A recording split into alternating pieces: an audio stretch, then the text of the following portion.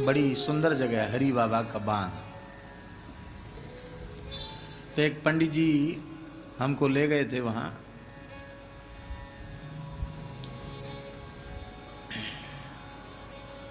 कथा तो पूज्य बक्सर वाले मामा जी की निश्चित हुई थी, पर किसी अपरिहार्य कारण से वो बहुत व्यस्त हो गए और उन्होंने कहा कि इस समय हमको किसी संत की आज्ञा होगी तो हमको अमुक जगह जाना पड़ेगा, और अब संपर्क में बने रहो, लाइन में लगे रहो, जब समय होगा तब समय दिया जाएगा। वे बोले भाई हमारे तो बुढ़ापा है, हमारे तो अब समय का भरोसा नहीं, तो आप ऐसा करो, आप जिसको कह दो उससे हम कथा करवा लें। तो बक्सर वाले महाराज जी बोले खाक चौक चले जाओ, दास का नाम लिया, उनके पास चले जाओ,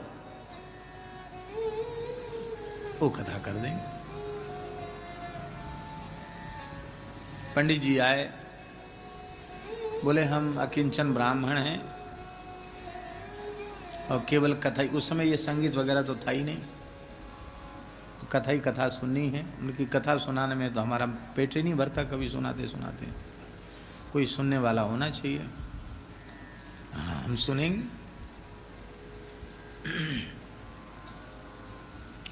एक खपरेल घर था और उसके सामने एक तिवारा था, तिवारी में चौकी लग गई, सामने खुला मैदान था।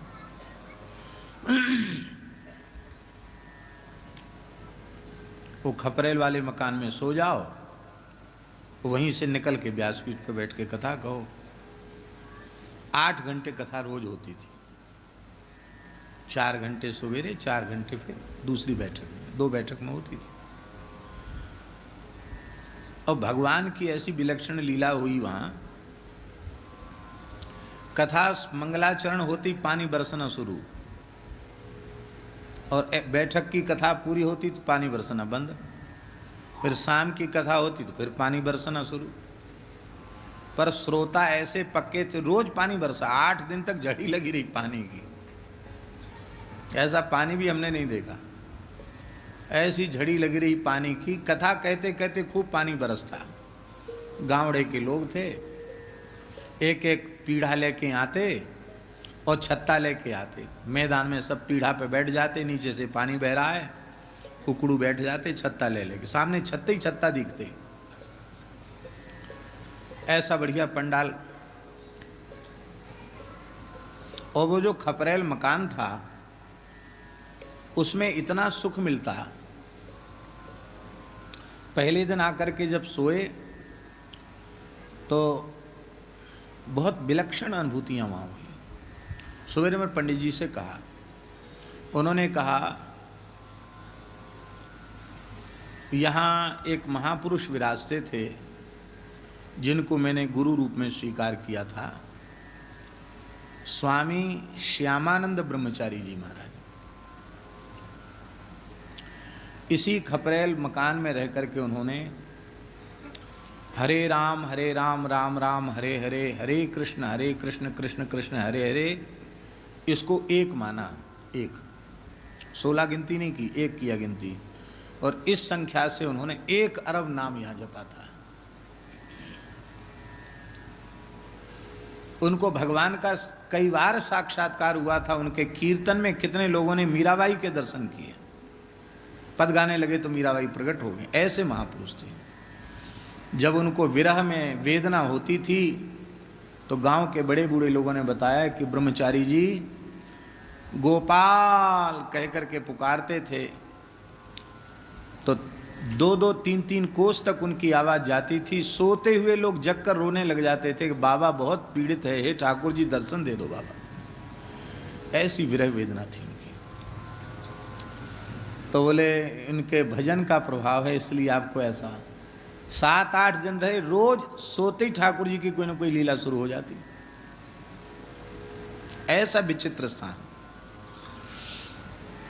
तो 8 घंटे कथा होती थी। उसमें एक और आता था, एक सिद्ध कथा सुनने। उस सिद्ध हमसे बोला कि हम आपसे एकांत में मिलना चाहते हैं। अब 8 घंटे कथा, फिर अपना नित्य नियम, कहाँ समय नहीं मिलता था, पूरा दिन चला जाता था उसी में। तो हमने कहा ठीक है। उसने कहा कि आप एक ही तो कमरे में रहते, उसी में 5-7 मूर्ति हैं और कोई जगह नहीं है, एकांत में तो आप मिलोगे नहीं। मैं थोड़ी दूरी पर एक कोठरी में रहता हूँ,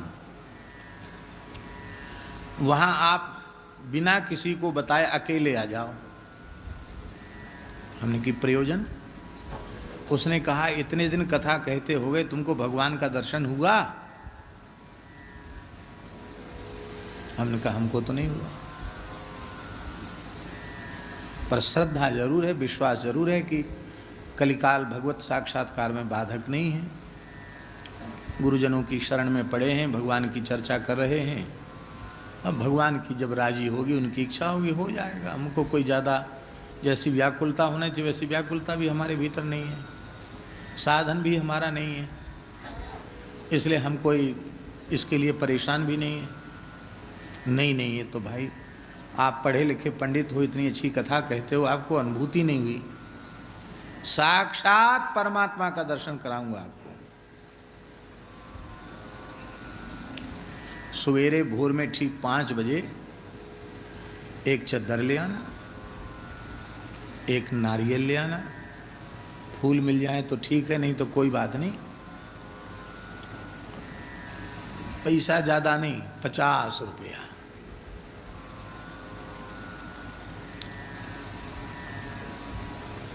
पर ये बात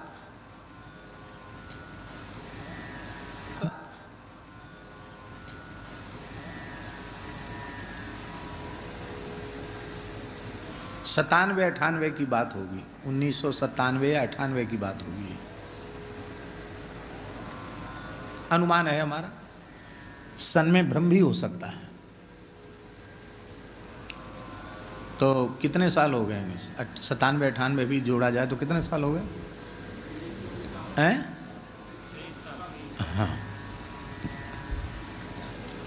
तो 24-25 साल पहले 50 रुपया भी दक्षिणा तो मानी जाती थी। हमने अपने मन में सोचा, हुआ इतने सस्ते भगवान, एक नारियल और एक गमछा और 50 रुपए में भगवान।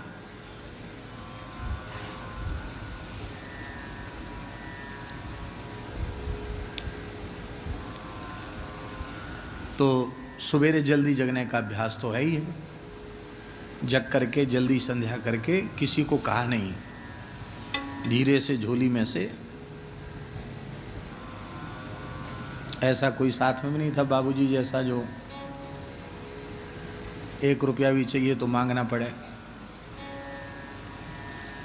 तो उसके पहले कोई हिसाब किताब थोड़ी देखता था, ये आए तब से थोड़ा हिसाब किताब देखते हैं। मैं धीरे से 50 रुपया झोली में से निकाला, नारियल लिया, एक चद्दर लिया और उस सिद्ध के पास पहुंच गया।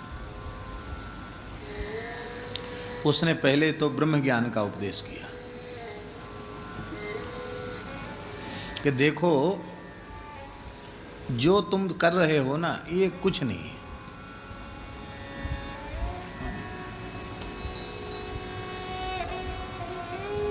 ये सब कुछ नहीं। अरे बिना पढ़ा लिखा गांव का आदमी भी जानता, आत्मा सो परमात्मा, आत्मा देखी है। हम चुपचाप सुनते रहे। फिर मैंने कहा कि देर हो रही है, हमको अभी और काम बाकी है हमारा, आप और कुछ आपको कृपा करनी हो तो करो, दर्शन कराओ। वो आँख मूंद दो, हमने ठीक है। आँख मूंद तो उसने ऐसे ऐसे किया। तो ऐसे करने से किसी के भी यहाँ वो शून्य जैसे दिखते हैं ना, कोई भी करो ऐसे करो तो यहाँ शून्य जैसे दिखते हैं। ऐसे देखते हैं कि नहीं? नहीं देखे? अरे गांव में भूत के गटा कहते हैं,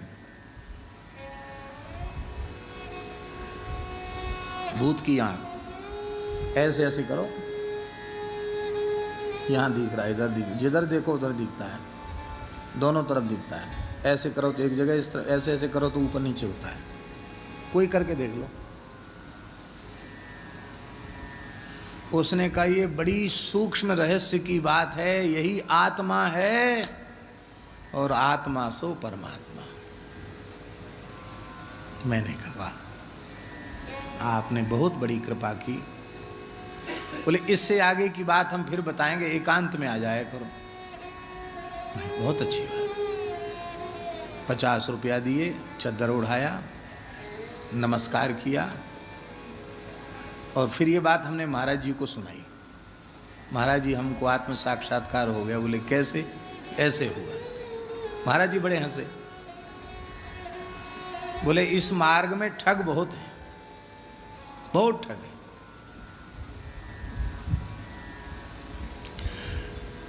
हरि गुरु संतों की कृपा न होती, गुरुदेव भगवान की वाणी न सुनी होती तो हो सकता बहक जाते।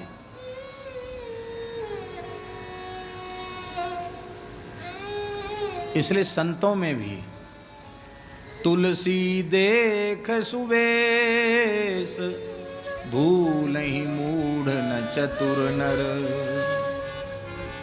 गोस्वामी जी ने मानस जी में कहा सबका संग मत करो। ऐसे खरे संत मिले, बाबा श्री ठाकुर दास जी जैसे ऐसे महात्माओं का संग करो। सबका संग करने योग्य नहीं है।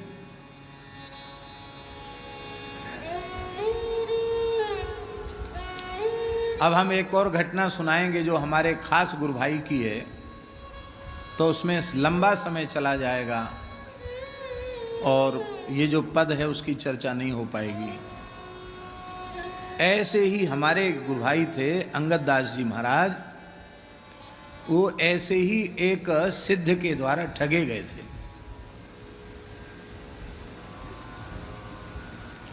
और दूसरी जगह नहीं, बरसाने में ठगे गए। आप सोचिए महाराज, यहां भी ऐसे ऐसे लोग रहते हैं। उसने उनको कहा था कि तुमको प्रेम लक्षणा रसरूपा भक्ति की प्राप्ति हम कराएंगे,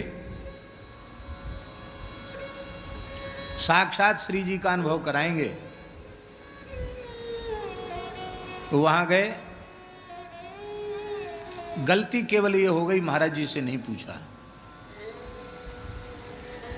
पहलवान थे, हनुमानगढ़ी के नागा थे और अपने समय के अच्छे पहलवान थे।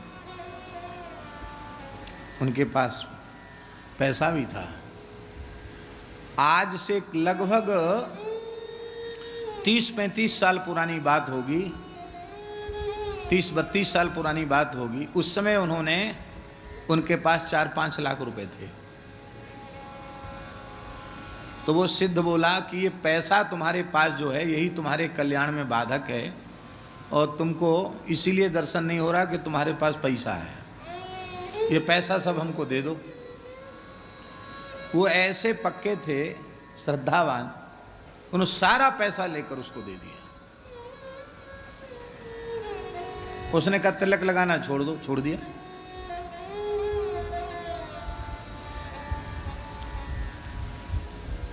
उसने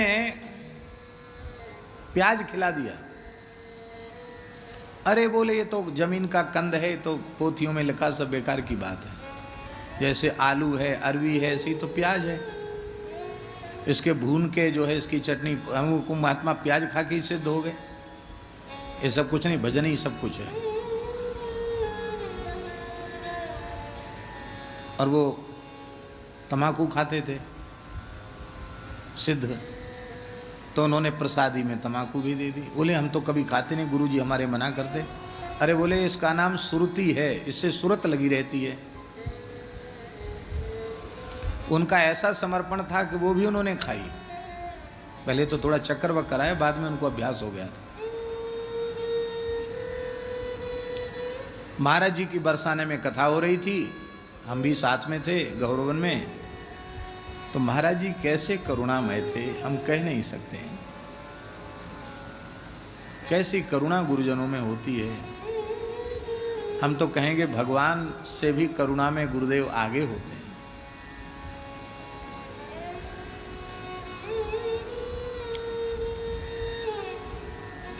वो हमारे गुरु भाई महाराज जी के पास आते जाते नहीं थे। 2-3 साल हो गए थे उनको बरसाने में रहते रहते। महाराज जी के पास तो उनके शरण में थे, सिद्ध की शरण में। महाराज जी कहे हमसे, बोले पंडित जी अंगद दास से यहीं रहते हैं, तो चलें अंगद दास से मिल आवें। भगवान की कृपा से, राधा रानी की कृपा से, एक सिद्ध की कृपा उनको मिल गई है, हमने सुना है। तो सिद्ध होगा तो हम भी दर्शन कर लेंगे, नहीं तो चलो अंगद दास से तो मिल ही लेंगे। महाराज जी बोले चलो चलो। तो हम और महाराज जी दो ही मूर्ति पैदल पैदल, सूलोखर है ना, सूलोखर, सूलोखर है ना, सूर्य कुंड, तो सूलोखर की ओर चले। सामने राधा बाग आता है। तो राधा बाग जैसे ही पहुँचे कि श्री अंगद दास जी एक कमंडल भर के देशी चैती गुलाब, जो बढ़िया गुलाब होता है देसी गुलाब, पूरा कमंडल भर के गुलाब के फूलों का जा रहे थे। वो रोज़ राधा रानी में, श्री जी में ताज़े ताज़े गुलाब के फूल अर्पित करते थे। वहाँ गुलाब लगा रखा था सूलोखर में, और रोज़ चुन करके गुलाब के फूल ले जाते थे। वहाँ फिर लोग अपने बना करके माला, वो केवल पुष्प ले जाते। तो उन्होंने जैसे ही देखा कि महाराज जी आ रहे हैं, तिलक वगैरह तो कुछ लगाते नहीं थे, तो कमंडल तुरंत उन्होंने रखा और महाराज जी के चरणों में साष्टांग पढ़कर खूब फूट फूट करके रोए। कुछ बोले नहीं, बहुत रोए। नीचे रज भी गर्म थी, इतना रोए कि उन्हें अपने आंसुओं से महाराज जी के चरण गीले कर दिए। महाराज जी ने हाथ फिराया और बोले खूब भजन करो, खूब भजन करो, खूब भजन करो, और कुछ नहीं बोले। और कहा कि ये फूल कहाँ ले जा रहे? बोले श्री जी के में ले जाओ, अपनी सेवा में लग जाओ, और तुमसे मिलना था, तुमसे मिलना हो गया, अब हम जा रहे हैं। और आगे नहीं गए, महाराज जी भी लौट आए। कल रात मैं गाना सुन रही थी और अचानक से फोन की लाइट चमकी, देखा तो पैसे आ गए थे। मैं डर गई।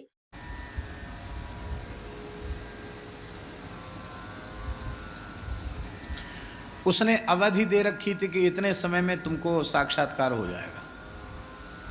अवधि बीत गई, कुछ नहीं हुआ। चित्त में और अशांति बढ़ गई, पैसा भी सब खत्म हो गया। उनको लगा कि तो अच्छा हुआ, गढ़ी से भी गए, आगे गढ़ी में बढ़ने की संभावना थी वो भी खत्म हो गई, गुरुजी से भी दूर हो गए, और इसने अच्छा ठगा हमको। उनको क्रोध आया, तो उन्होंने उसको कहा भाई तुमने अब तक जो जो कहा था, एक भी बात तुम्हारी सच्ची नहीं निकली, सब झूठी निकली। एक भी बात तुम्हारी सच्ची नहीं निकली। तो हमने तो बचपन से जिन संतों का संग किया है, हम तो यही समझते हैं कि संत मन वाणी क्रिया से सत्य का पालन करते हैं, और तुम्हारी कोई बात सच्ची नहीं, सब झूठी, सब बहकाने वाली। इतने दिन के भीतर कहीं से चाहे जमीन बेच के, चाहे कुछ बेच के, कुछ करके हमारा जो पैसा था ब्याज नहीं दे सकते, तो मूल मूल हमारा सब पैसा दे दो वापस, नहीं तो समझ लेना तेरी सिद्धाई। नागासाई भाषा हम बोलेंगे नहीं, हम कभी बोलते भी नहीं है, अशुद्ध शब्द घुसेड़ देंगे। उस सिद्ध ने क्या किया? उस सिद्ध ने कहा कि तुम तो बहुत नाराज हो गए, हम तो तुम्हारे धैर्य की परीक्षा ले रहे थे, लो ये जल पी लो, शांति आ जाएगी, और अब तुम्हारा अब हम कराएंगे तुमको साक्षात्कार। सच्ची घटना है बाबा। और बोले देखो ये विक्षिप्तावस्था है, इस समय इस साधु के शरीर की रक्षा होनी चाहिए। हमने पूछा महाराज जी से, महाराज जी ऐसा कैसे हो गया? महाराज जी बोले धन की बात कहकर कोई कल्याण की बात करे तो महाठग है, महाधूर्त है। कल्याण को कोई धन से खरीदा जाने वाली वस्तु है कल्याण। और महाराज जी ने कृपा की उनके ऊपर, धीरे धीरे धीरे धीरे वो ठीक हुए, महाराज जी की कृपा से ठीक हुए। और महाराज जी कहीं चले जाते तो महाराज जी के कमरे में रहते,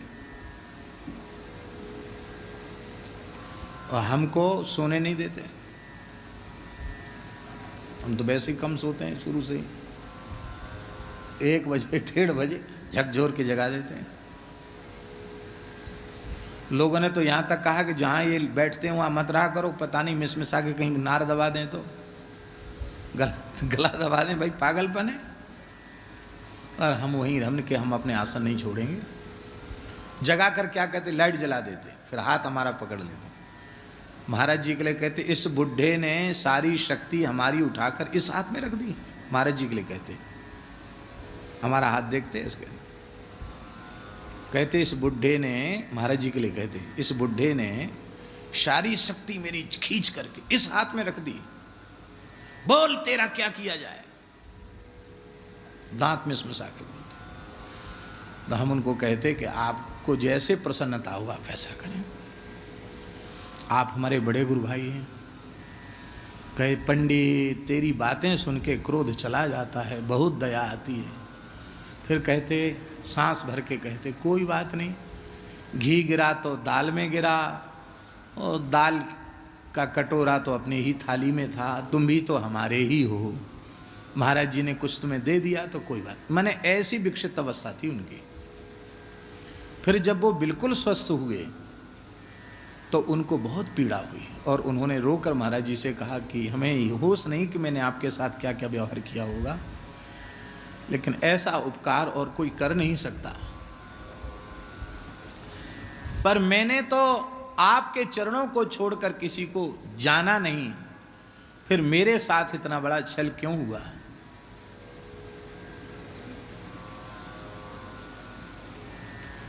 हम भी थे। महाराज जी ने एक ही प्रश्न किया उनसे, मैं कभी किसी को किसी संत के पास जाने से मना नहीं करता हूं, लेकिन उनका संग करने के पहले, उनके पास जाने के पहले क्या तुमने हमसे पूछा था?